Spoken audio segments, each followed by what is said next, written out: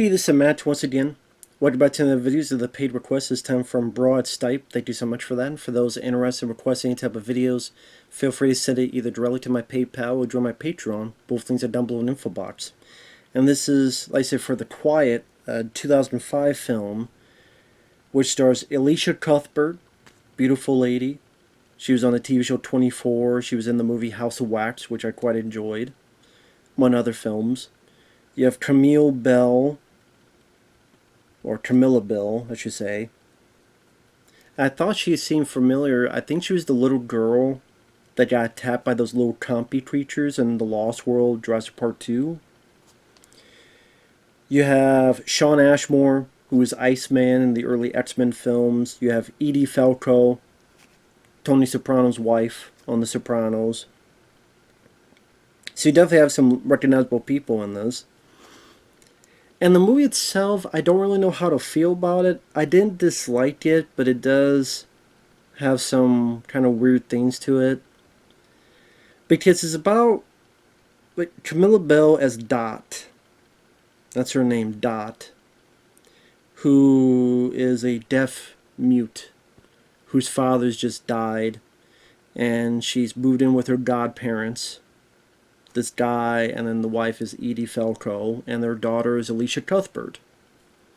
Now, Elisha treats Dot like crap, talks behind her back, calls her all sorts of terrible names. Very instantly a despicable character. Her friend, I forget her friend's name, Elisha Cuthbert's friend. She seemed very campy, like she was in a different movie. I'll get back to that. What happens is we're trying to get to know a bit of the characters. One leads to another, and Dot finds out that Elisha Cuthbert and her dad have an incestuous relationship. And then not too soon after, spoiler alert, spoilers, because I don't know how else to do this review without it. You find out that Dot is not deaf or mute because Elisha hears and sees her playing the piano and a string breaks and she curses, so she can hear and she can talk. So they both have secrets. So Elisha doesn't tell Dot at first. Instead, she's talking and confesses about what's going on and that she hates her dad, but at the same time she likes her dad, but she hates him. And so like she describes what she did to her dad's nipple, but then says she's going to kill her dad. And then I guess you say Dot is trying to figure out what to do next. She's also dealing with the advances of this guy played by Shawn Ashmore, which I guess if you're deaf and mute, that means you'll talk about your mutual jerking offness. Not mutual, but just your... Mutual is the wrong word. Your... I almost said maniacal. He jerks the chicken a lot, apparently. I don't care if someone's deaf or mute or blind or in the afterlife. I'm not talking to the person about jerking my chicken. Okay. So that's on you, Shawn Ashmore, but okay. Now it's one of those things where Elisha Cuthbert, I liked her performance. You definitely disliked her. Then as the movie goes on, you kind of understand more of her motivation. She's going through terrible things, so it's hard to not take that out on someone. And I do think she could be a capable actress. I thought she was one of the better actresses in the movie. Edie Falco, I did not mind her as the mom. She's a bit aloof, fairly oblivious. Part of her character that she takes a lot of pills. Even Elisha Cuthbert's friend says her mom's a major prescripaholic, as in she takes a lot of prescription pills. So like she means well, but then she's aloof, and I kind of felt bad for her, honestly. The girl that plays Dot, on one hand, I mean, she's supposed to be playing a deaf mute. She doesn't have a lot of dialogue, but I thought this was a mistake. They do give her narration. And I don't know, I thought a lot of the narration felt very silly.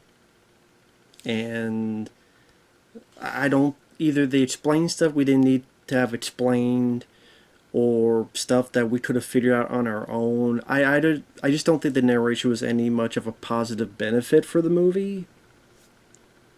Also, sometimes came off as funny, like she's just, in narration explained what happened to her dad, but the way it's written, one day we were eating French fries, and he went to the bank, and I had to go to the bathroom, and blah blah blah blah. And then my father, I come back and I see all these people, and my father had run into a truck and was killed.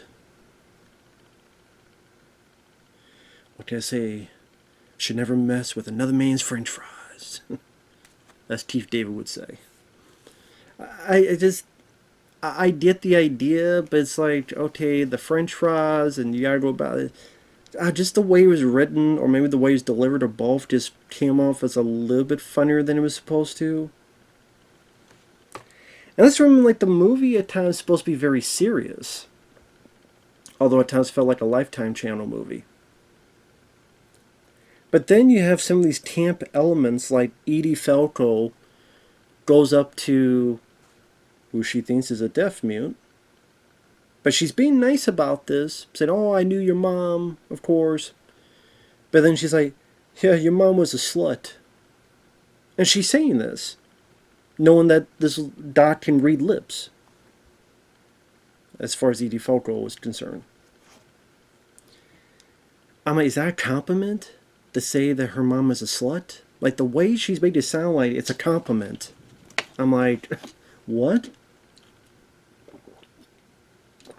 And then Elisha Cuthbert's friend, her whole performance is campy. Like, see Elisha Cuthbert trying to play a bit more real, even Dot to extent playing a bit more real and serious of the situation. And then you have Elisha's friend, oh, your mom is such a major prescripaholic. Or, do you think my nipples are abnormally big? She's acting like she's in the film Clueless. Let's like maybe a little bit more adult-oriented version of Clueless. That's what it seems like. This girl's in Clueless, while these other people are trying to be in a bit more serious, like Lifetime Channel movie.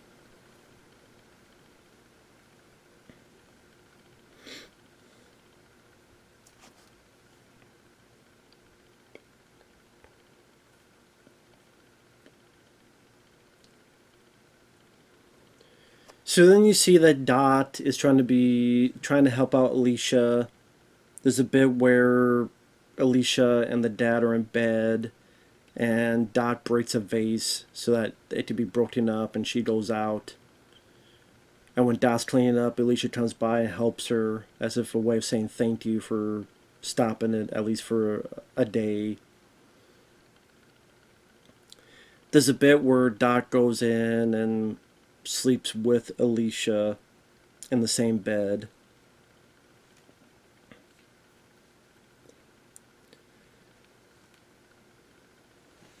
I mean, it would have been nice that maybe Elisha apologizes for the way she treated Dot. Hey, I'm sorry, I was taking it all on you. At least some kind of apology. That would have been nice, but they don't do that.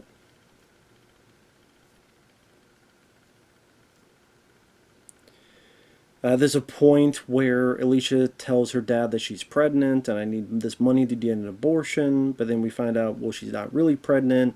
She's going to use the money, and in her eyes, she'll kill her dad, then run off and go somewhere.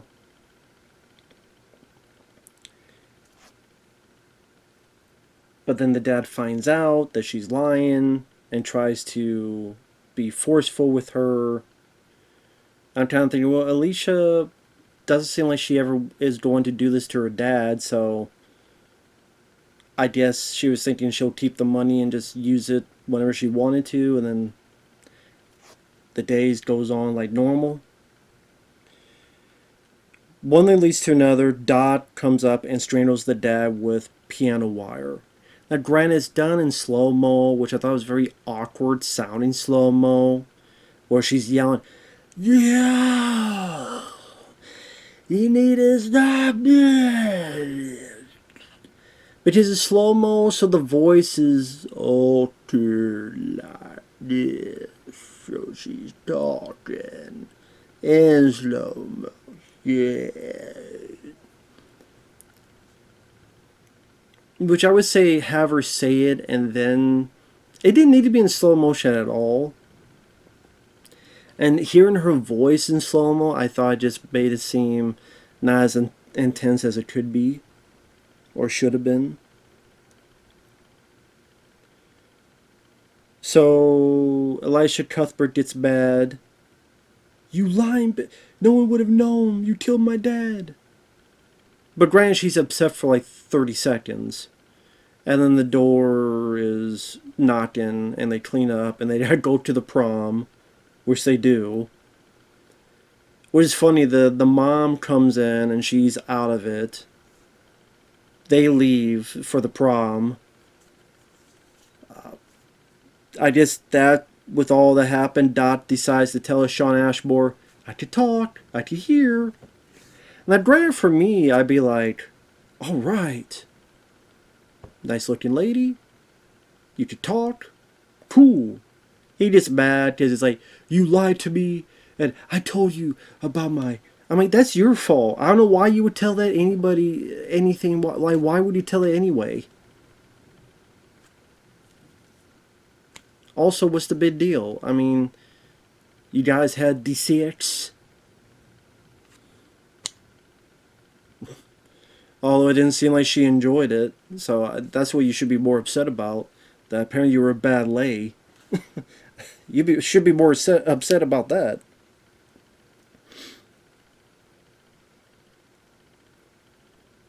Or she could be like, "Yeah, you know what, you're right. I can talk. You were so bad, it teared me." That's what she should have said. "You were so bad in sack, my voice came back. My body literally said, this needs to stop. Recreate the voice. You need to just tell him to stop, because his weenie is too small, maybe, and his ego's too tall. He can't do the horizontal fandango. It's a wet noodle."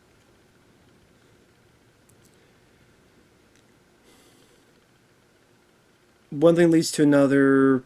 Our two ladies go out. They clean up some of the bloody clothes. And then that's when Elisha asks Dot, "Why were you deaf and mute? Why did you pretend?"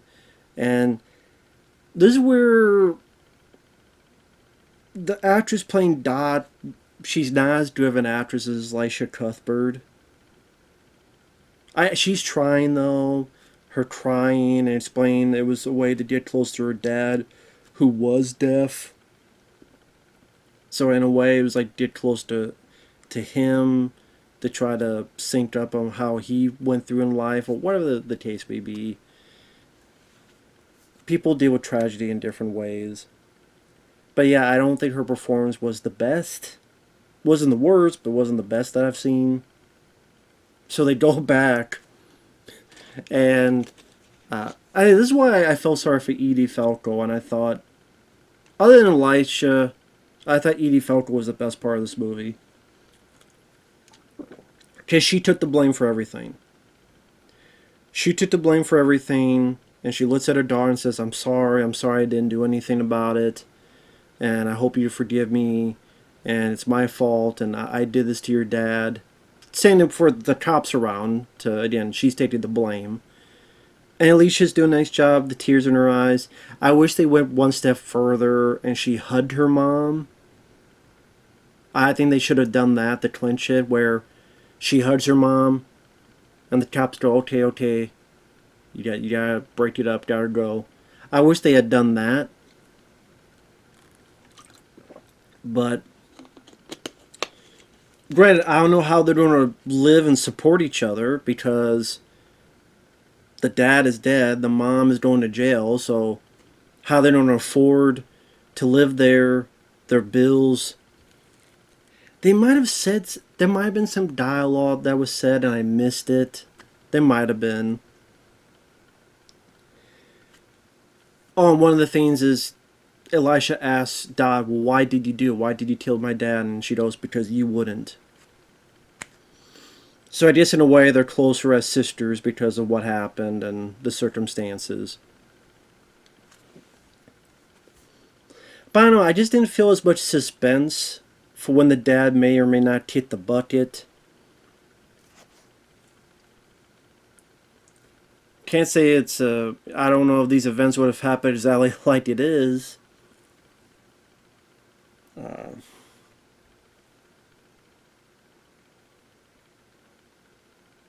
But I mean, like I said, people handle tragedies in different ways.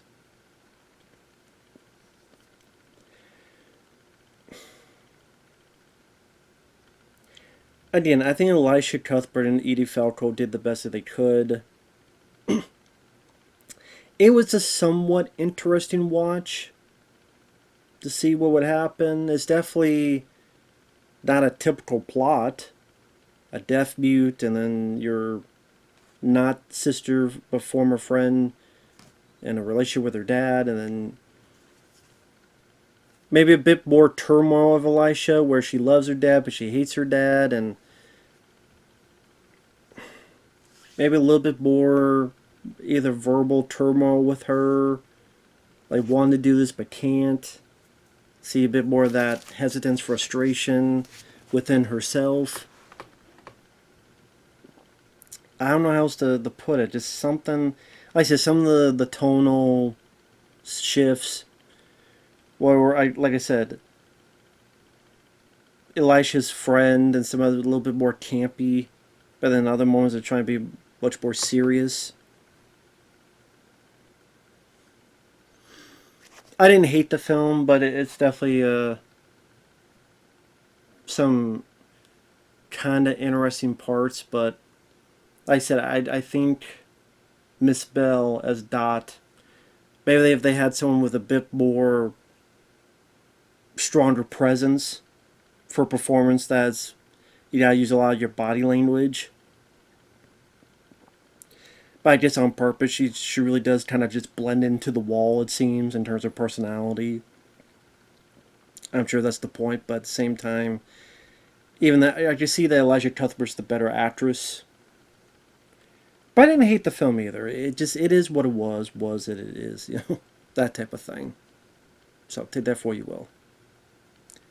Thanks for watching. Take care, and we'll see you guys later. Bye bye for now.